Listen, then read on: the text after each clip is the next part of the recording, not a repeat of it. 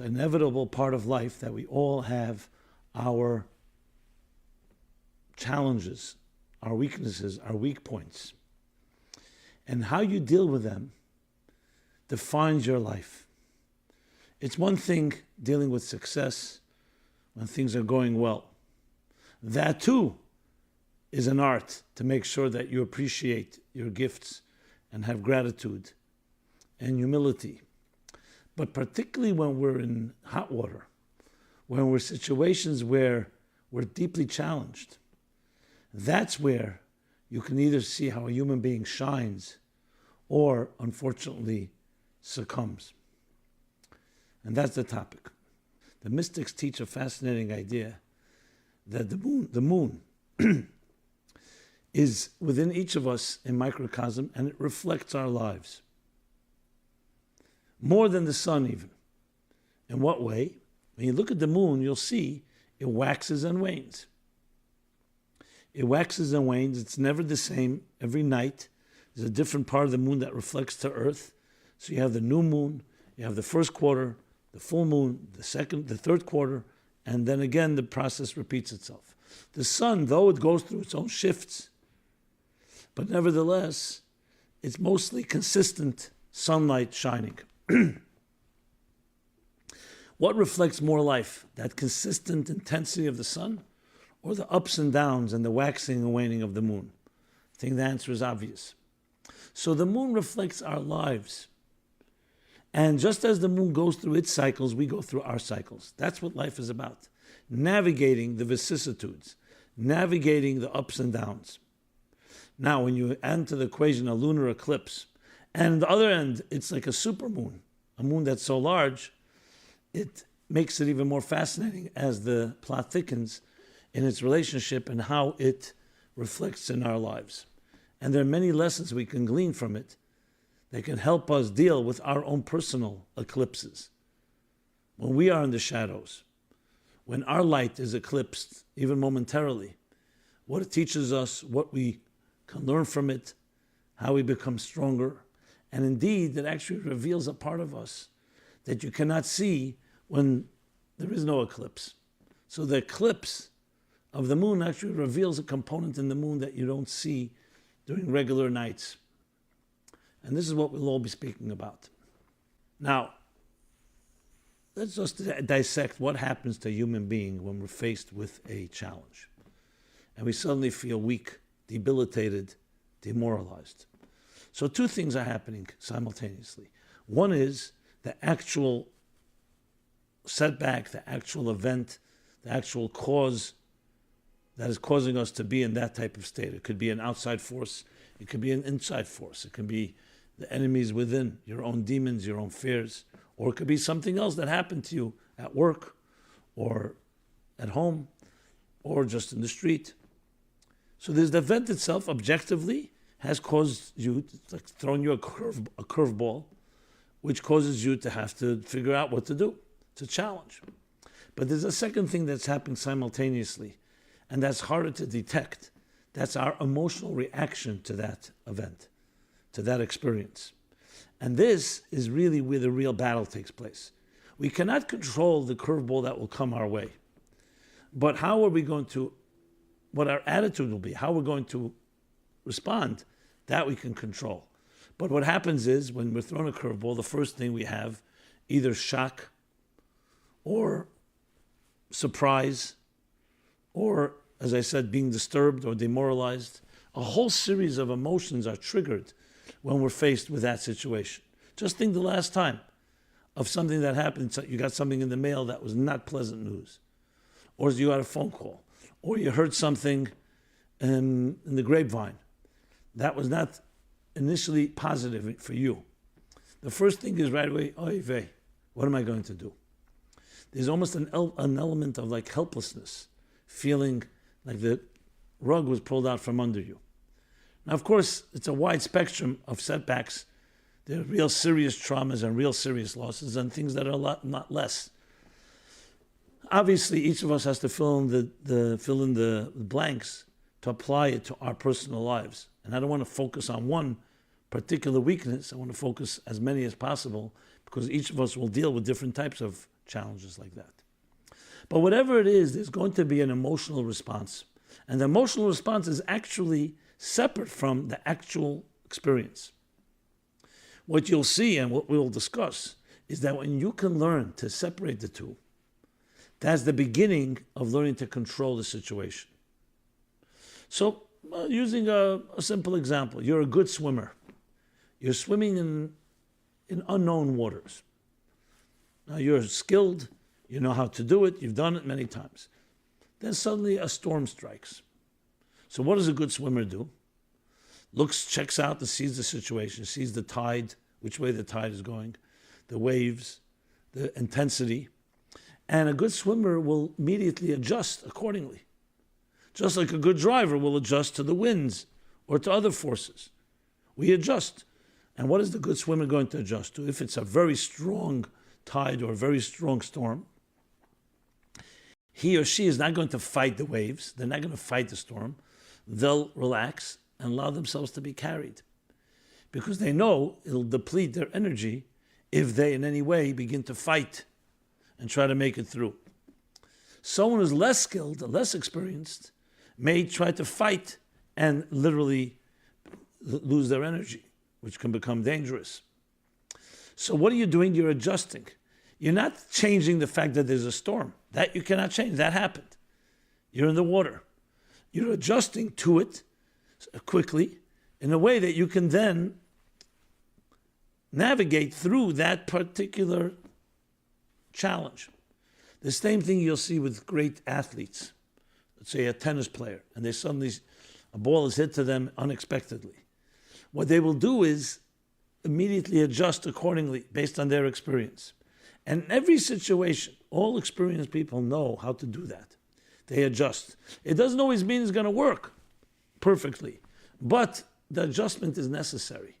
So if you're able to distinguish between the challenge or the weakness that is now exposed, or anything that makes you vulnerable, and your ability to adjust, that's the beginning of how you resolve issues.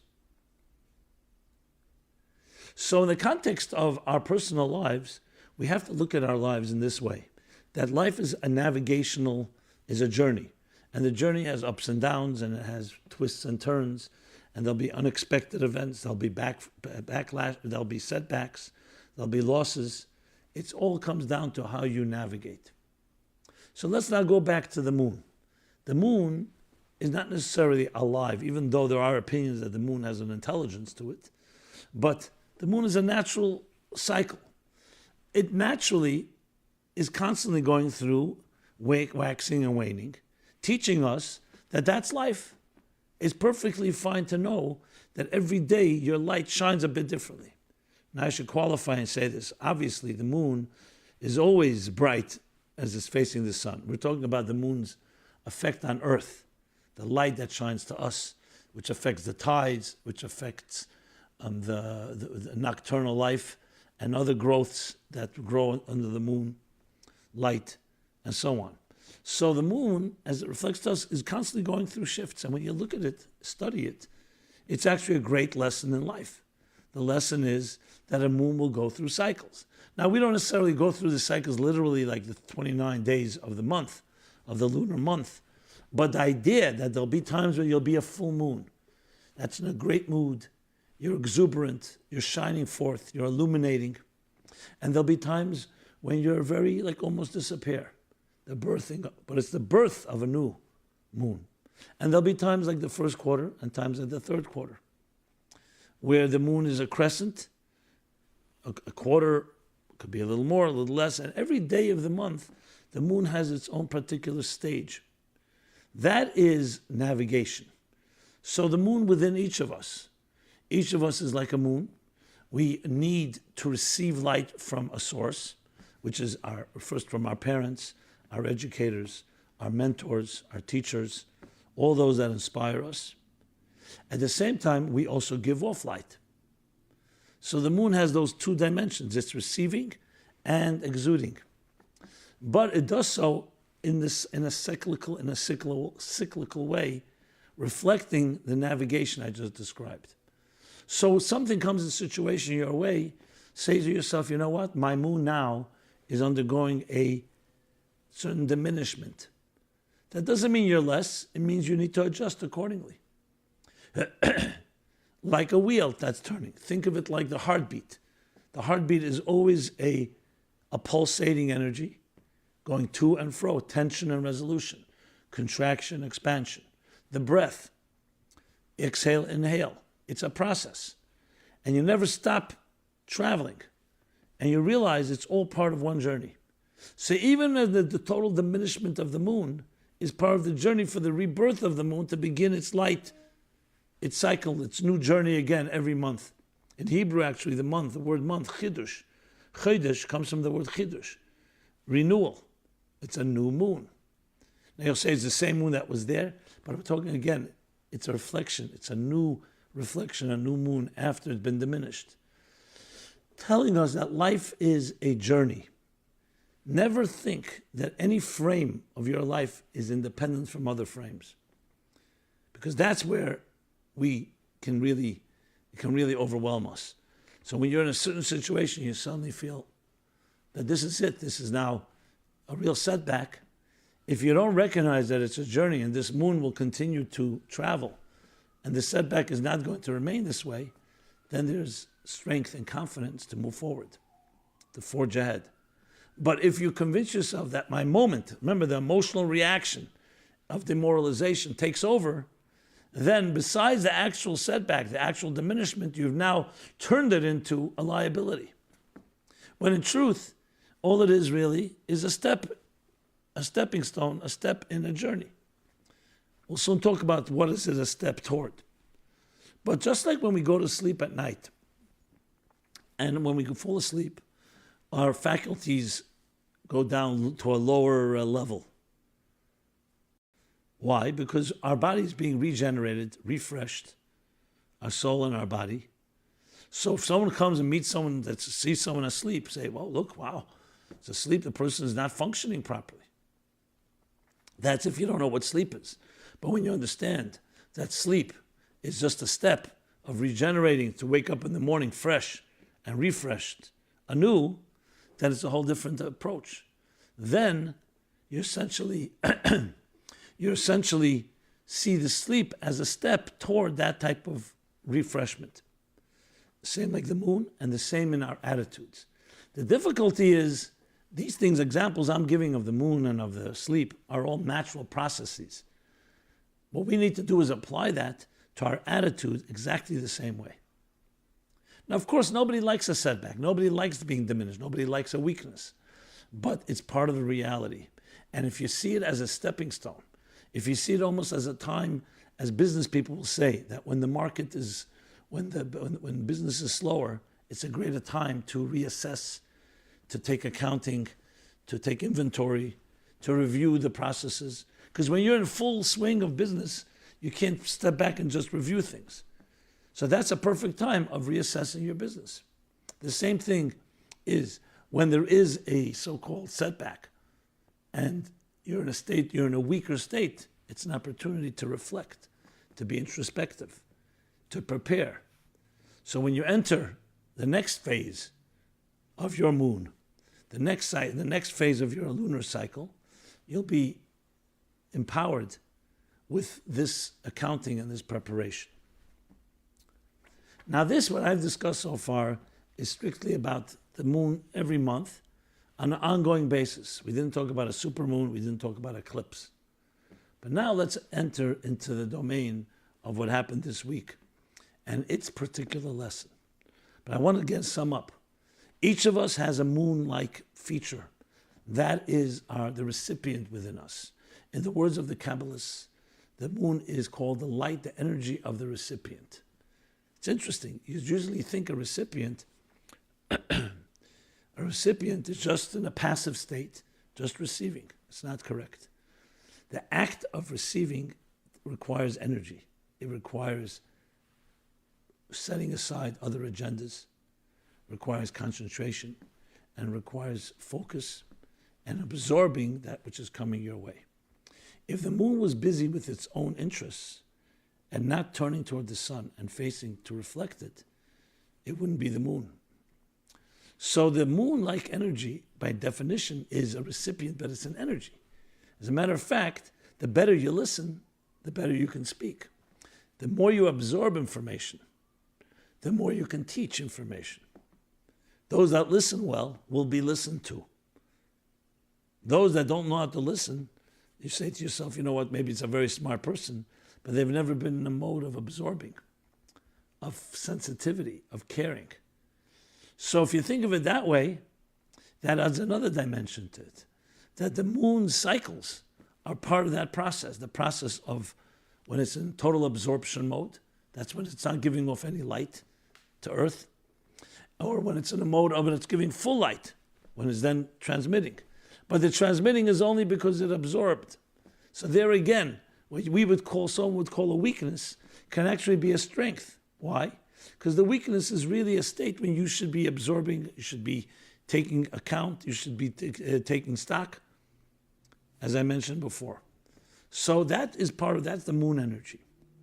Now comes situations from time to time that the moon is eclipsed. Now we know an eclipse, a lunar eclipse, is that the sun, which is usually reflecting the moon, reflected in the moon and its angle reaching Earth.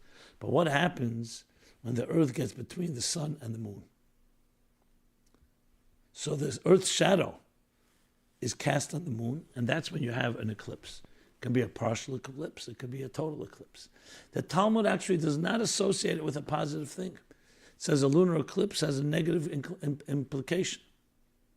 But yet it's part of nature, and it's part of our reality. Now here's the interesting paradox. When it's a supermoon, the moon is at its largest, at its closest, and yet there's a total lunar eclipse like this week. So it's like a paradox. Which one is it? Is the moon as bright, the brightest it could be, or is it totally eclipsed? And both came together. Then this rare convergence of a supermoon, total lunar eclipse of a supermoon. And it's interesting that it's connected to the red hue, red, as opposed to blue. Usually the moon in a regular is like grayish, silverish blue. During this type of total lunar eclipse, it's reddish. So we're going to talk about all these different elements. So what is a lunar eclipse? So let's talk, what is an eclipse? An eclipse means that in addition to its regular waxing and waning, here a force from outside that's not part of the moon's regular cycle, it's talking about the Earth, is causing the moon to be eclipsed for a certain period of time. Now, as soon as the eclipse is over, the moon gets back to where it began. Doesn't get forever compromised, only during this eclipse. So what is the significance of that? The significance of that is that in life, there will be times when you will be eclipsed by either events, people, experiences. And eclipsing is not just the regular cycle. It'll be a serious eclipse. An eclipse can be a trauma. It can be a loss, a death. It can be that you're over, someone else is chosen and you're fired, or you're demoted and someone else is promoted over you. Where you feel literally eclipsed by another force. This is more than just the regular cycle. The regular cycle, you could say, I understand that life goes through its stages. And it's a journey. But an eclipse is an intense thing. And it's completely not up to you. Something's eclipsing you. So what happens at that point? What happens is that it exudes a red hue, not a blue. Why red? So there's the scientific reasons.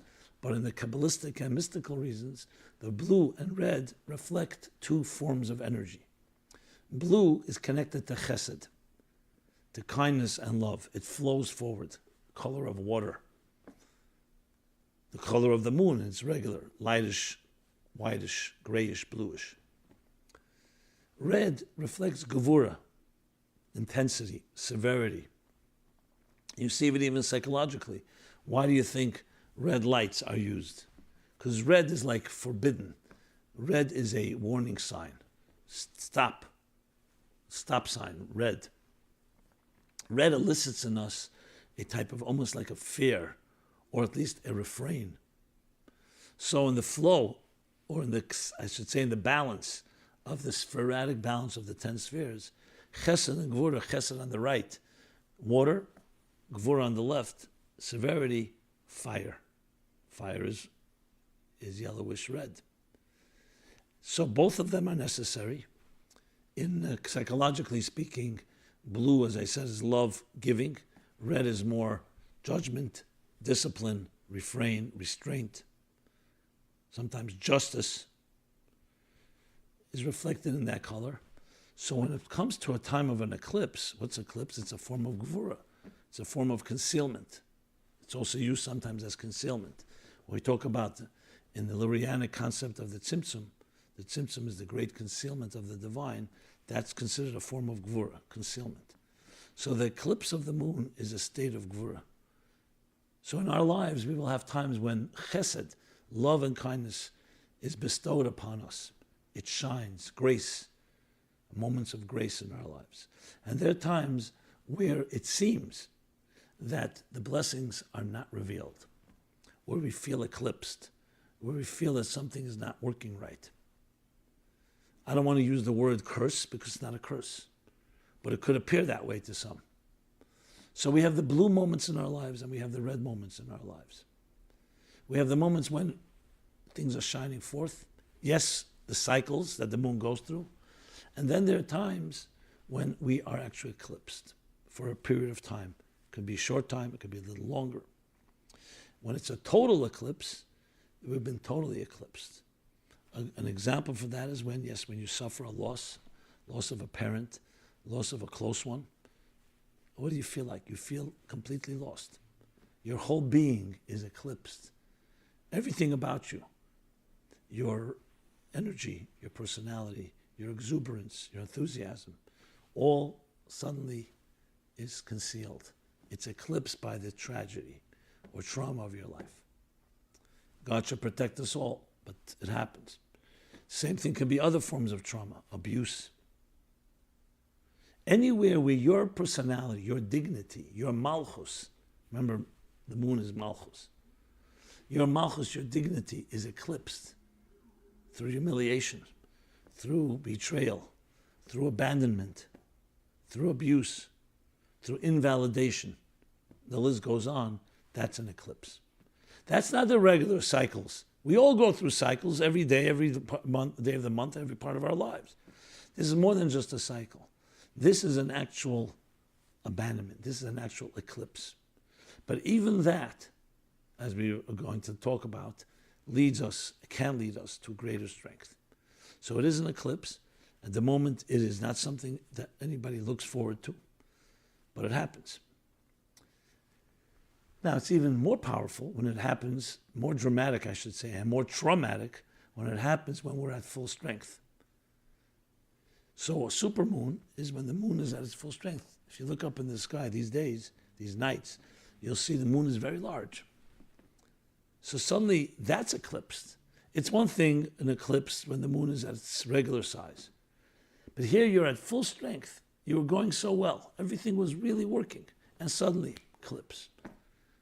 So the trauma and the impact and the demoralization that comes from it can be much deeper. And yet at the same time, the supermoon does not become less of a supermoon. It's just not seen at this moment. And that's the key thing to remember. An eclipse is, as the name implies, it's eclipsing. It's not destroying. It's not annihilating. In psychological terms, when the moon, the moon of our dignity, is in some way compromised, it means it's gone undercover. It's been concealed, or it's been, in a way, stripped away from us by somebody eclipsing us. But you should never, ever think that your moon has disappeared. It has not. Because if you wait the hour, or whatever the time is, the eclipse will leave. The Earth, as the orbit continues, the moon will reemerge. And what will it reemerge as? A full moon, not just as a little moon. It's not even the beginning of the month. It's always on the 15th of the month. And will emerge in its full glory as a supermoon. So you'll say, so what is this a point of the eclipse? The point of the eclipse is God's mysterious way. Sometimes it may be something to get us, to wake us up, a wake-up call, to stimulate within us the motivation to move forward. And it's also, in the Kabbalistic terms, a reflection of the eclipses of life. Life has its setbacks. Life has its difficulties. But you should know that the moon does not disappear. So to speak about it in psychological terms, a child that grows up in a home, unfortunately, that's dysfunctional and abusive, or any person who goes through a serious form of trauma, where their soul, their spirit has been eclipsed. As I said before, there's the experience and there's how we react to the experience. The reaction is far worse than the experience. Because the reaction is, look what's happened to me. I'm worthless. I have no value. It causes us to lose self-esteem. It causes us to have fear, insecurities. Now, if you're able to dissect and say, okay, this happened to me, but it's not me, it's a very different attitude, but we don't do it that way. Especially children absolutely take it to heart that if I'm rejected, if I'm invalidated, if I'm eclipsed, that means I deserve to be eclipsed. And you can convince yourself to think that your light is no longer there. Comes a lunar eclipse and says that's not true. Even if there is an eclipse, for whatever reason, your light is completely intact. It's critical that you remember that and never forget it. Because maybe for that moment, for that temporary time, you were eclipsed due to someone else's criminal behavior, someone else's horrendous behavior. But you and your dignity, your malchus, did not disappear.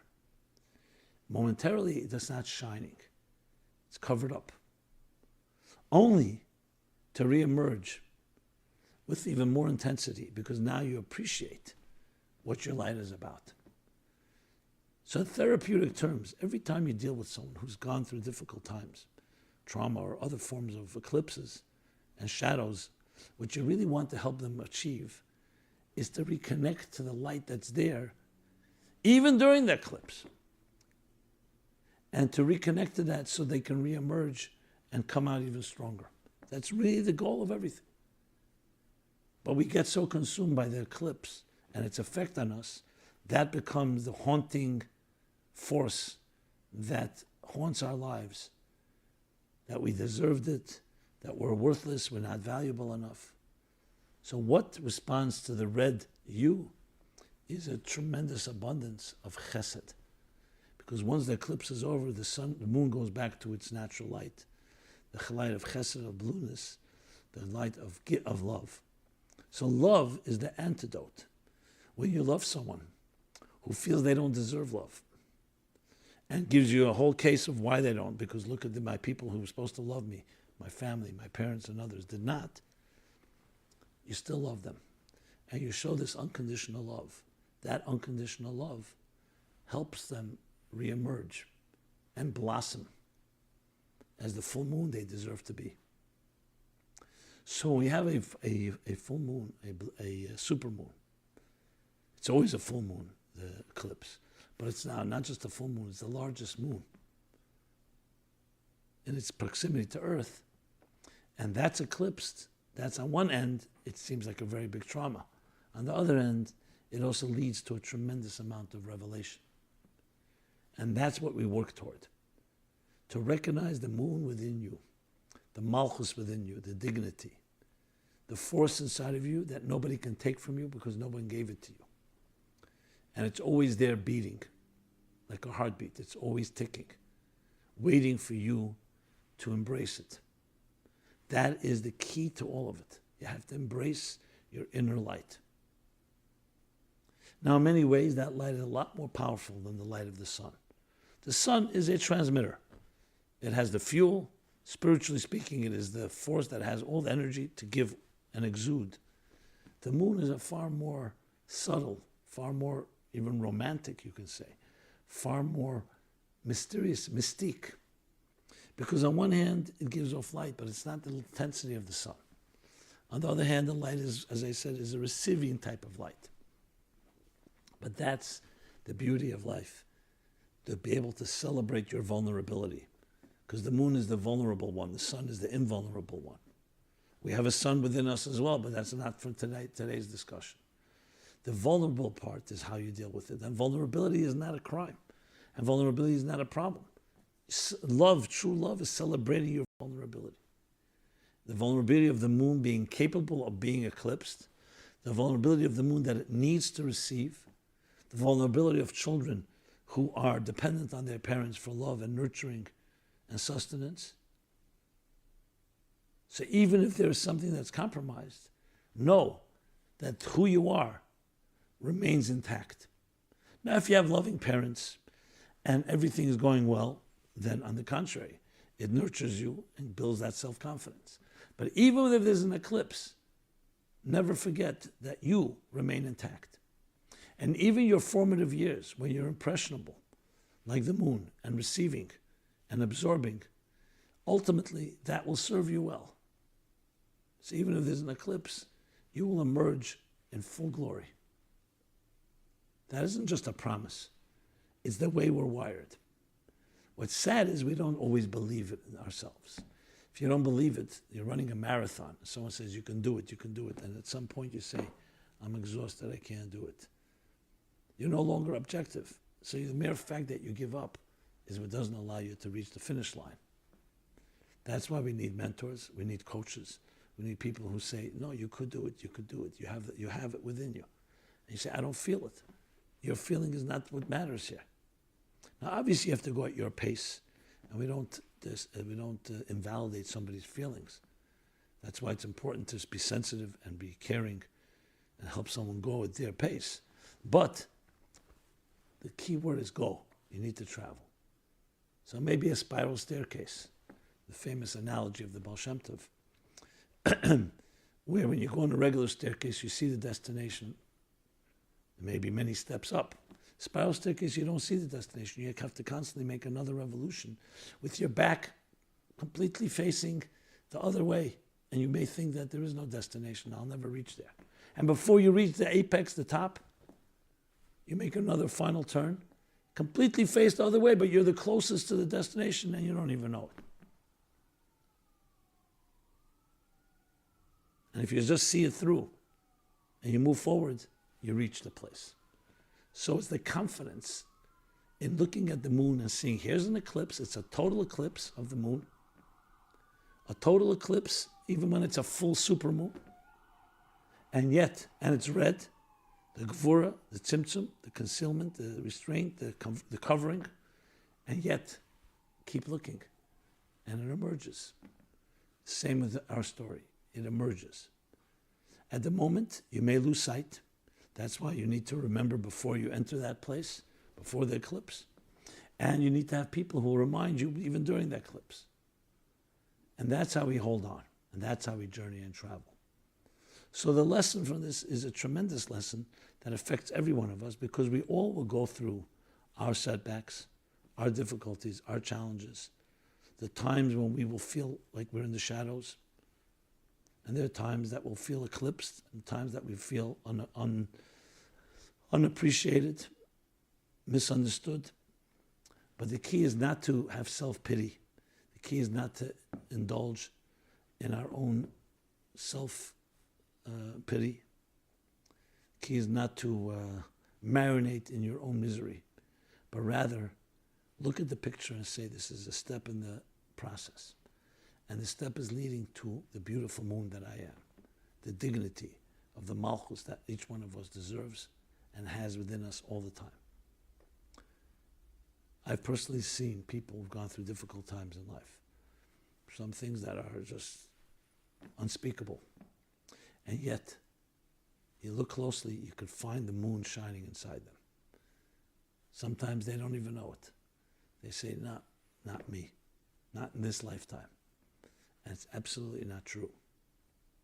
It's absolutely possible.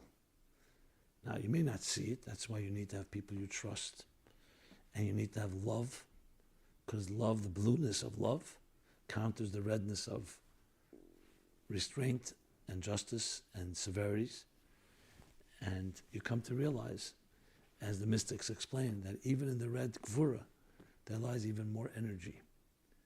Because as I said before, there's energy that flows forward like chesed, the blue energy. But the energy of restraint, when you recognize that the times when we're eclipsed comes from the root of all roots, from a force that conceals. To conceal takes more energy than to reveal. If you think of a smart individual and you ask them a question, it's harder for them to not answer than to answer. They have what to say. But to exercise restraint and hold back that which you have what you have to offer takes more energy. So the Kabbalists explain, and the Hasidic discourses elaborate, that the divine force, hein gvuresov, God's red gvura, to withhold takes more energy than to exude, than to bestow. But that energy is inverted. Think of it like a black hole. A black hole has more energy than a regular star. It's so powerful that the gravitational pull doesn't even allow light to escape. So you look at it, it's a black hole. It's eclipsed by a force that's drawing in, that's sucking its energy inward. But imagine that energy is even stronger. Imagine you tap into that energy. Then you have even more energy than the energy that you see, the light that you see. So again, we have to always look at it, what is the potential? Where is it heading? Not what it looks like right now. Right now it looks like an eclipse. Right now it looks red. Right now it looks concealed. But because of it, it elicits even a greater strength. When a person who's lived a life where they've always had enough to drink, enough to eat, they never experience thirst. They don't really appreciate necessarily what water is all about. Someone who's gone through Eretz Siv Oyev, a parched and desolate land, and they've really experienced thirst. When they get water, look at how they drink the water. Look how they appreciate it. Because within, concealed in the black hole of the eclipse, concealed in that red hue of the eclipse, lies tremendous energy. Within the child that has been hurt lies a tremendous power that has not yet been released. And power can take the shape of anger, it can take the shape of frustration, it can take the shape of bitterness. Why me? It could take the shape of a lot of things that are not positive, because that's sometimes how it expresses itself.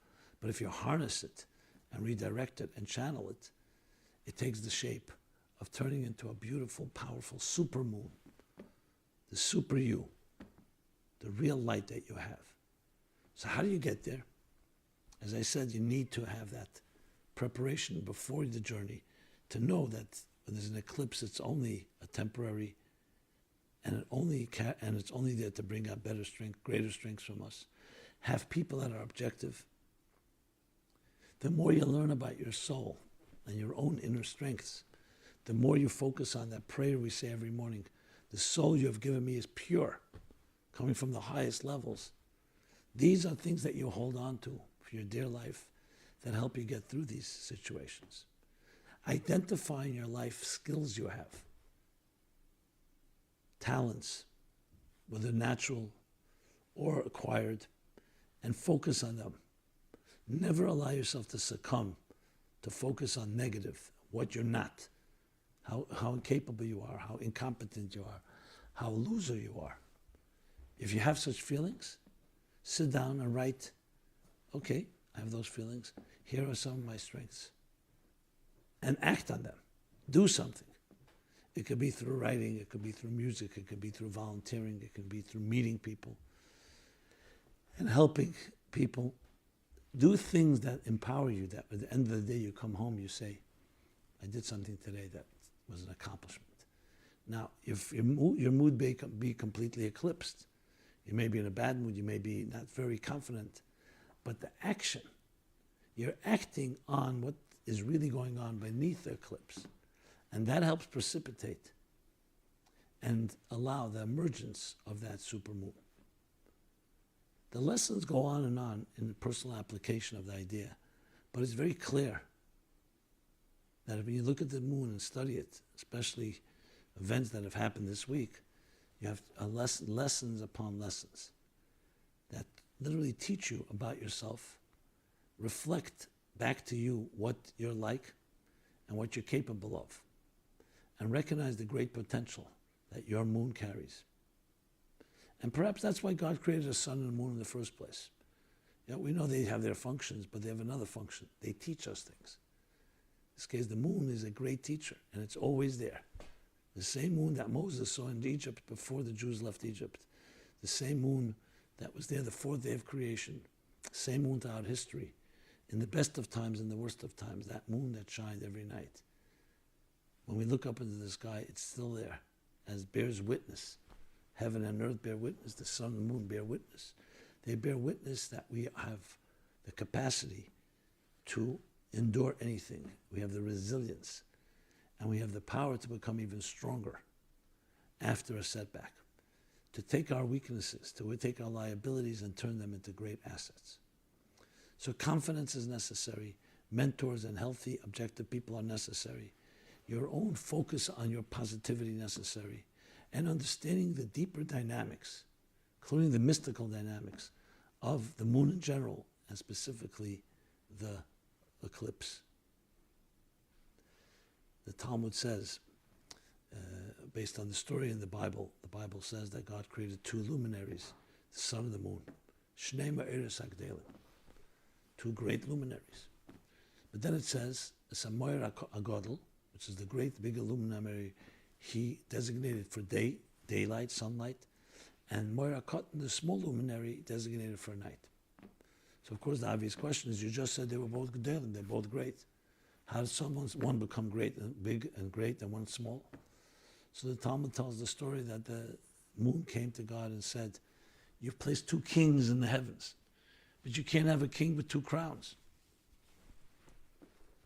Or you can't have one crown with two kings. Shnei Malachim b'keser echad. Two kings with a crown, with one crown. You have to designate one leader. So God said, really? Okay, I'll designate the sun. You go diminish yourself. But the Talmud continues and says, the moon, then God regretted that he caused the moon to be diminished. She says, every Rosh Chodesh, every new moon, which is a reminder that the moon's waxing and waning, that became a diminished luminary, God says, bring a offering to forgive me, for forgiveness. God is asking forgiveness that I diminished the moon. So hundreds of pages have been written, if not thousands. What is going on here? God needs forgiveness. What's happening here? And the answer is because both sun and moon are great. Not necessarily they're great because they shine the same amount of intensity. The moon did not appreciate that. It thought that it needs to have the same energy like the sun. It was great initially because this was what's called the energy of giving and the energy of receiving. As I mentioned before, it takes energy to receive. The moon saw that as necessary, not necessarily as a quality. So God then said, if that's the case, you've already written your own verdict. You see yourself as diminished, so diminish yourself, and you will not, and know that you are dependent now on the sun. Now the moon was initially also a recipient, but that was greatness, and now the moon did not recognize the greatness. It's like the student saying, I want to be the teacher. You want to be the teacher? Now recognize that you are subjugated to the teacher. But that's not the goal. The goal is that so-called setback should cause the moon to want to appreciate what it really is. So God said, bring an offering. Because I never meant to diminish the moon. I was just telling the moon, this is what you brought upon yourself. Let us now do healing, what the Kabbalists call the tikkun, the repair of the wound of the moon, the scar, the wound, the limp of the moon. And we do that by honoring Rosh Chodesh, the new moon, by celebrating the moon. We sanctify the moon every month. You don't find that by the sun. The sun, we only do it once in every 29 years. Is it 29? 28 years. 20.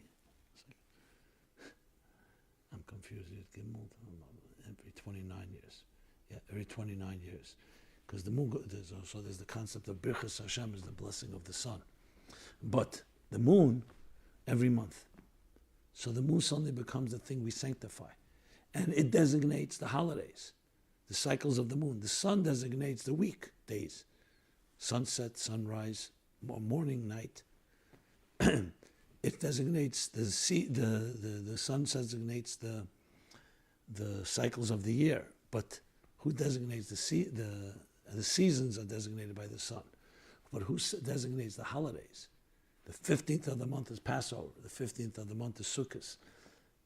Other days are all designated by the sanctification of the moon. In the times of the temple, there were witnesses that actually witnessed the new moon.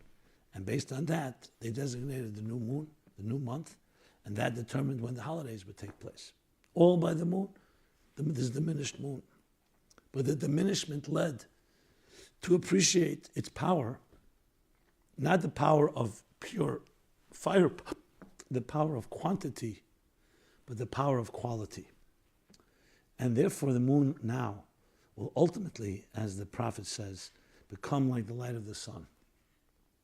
And it will ultimately rise to its true prominence again when we repair the wound, when we appreciate that the light of receiving is as strong, if not stronger, than the light of giving. Now, there are many lessons in this as well, and I need to limit it, obviously, but I hope what I shared here is enough for each of us to apply to our personal lives, and especially in the context of taking your weaknesses and seeing in them the strengths that you can achieve. That's the ultimate goal. So may you all be blessed with having the minimal amount of setbacks, and however, when there will be one, to understand and appreciate, to see it through, to see it as a springboard to catapult us to heights and greatness that we could never have achieved without it. The moon in general, and especially the eclipse of the moon in our personal lives. And again, anyone who's going through any particular difficulty and feeling weak, God bless you to have all the strength, but realize that even those moments are part of the journey. This is what we do at the Meaningful Life Center. Hopefully can give strength, resources, share with each other, and we always so welcome your questions, your comments, your feedback, and you giving us strength as well. We're here every Wednesday. This program is, of course, archived and accessible at any time. Feel free to write to us, share, and we are all part of a larger mosaic. May we all do our part in bringing that light to this world, whether it's the light of giving or the light of receiving, or it's this stage of our lives or that stage. It's all part of that cycle. Everyone be blessed, and I'll see you next Wednesday.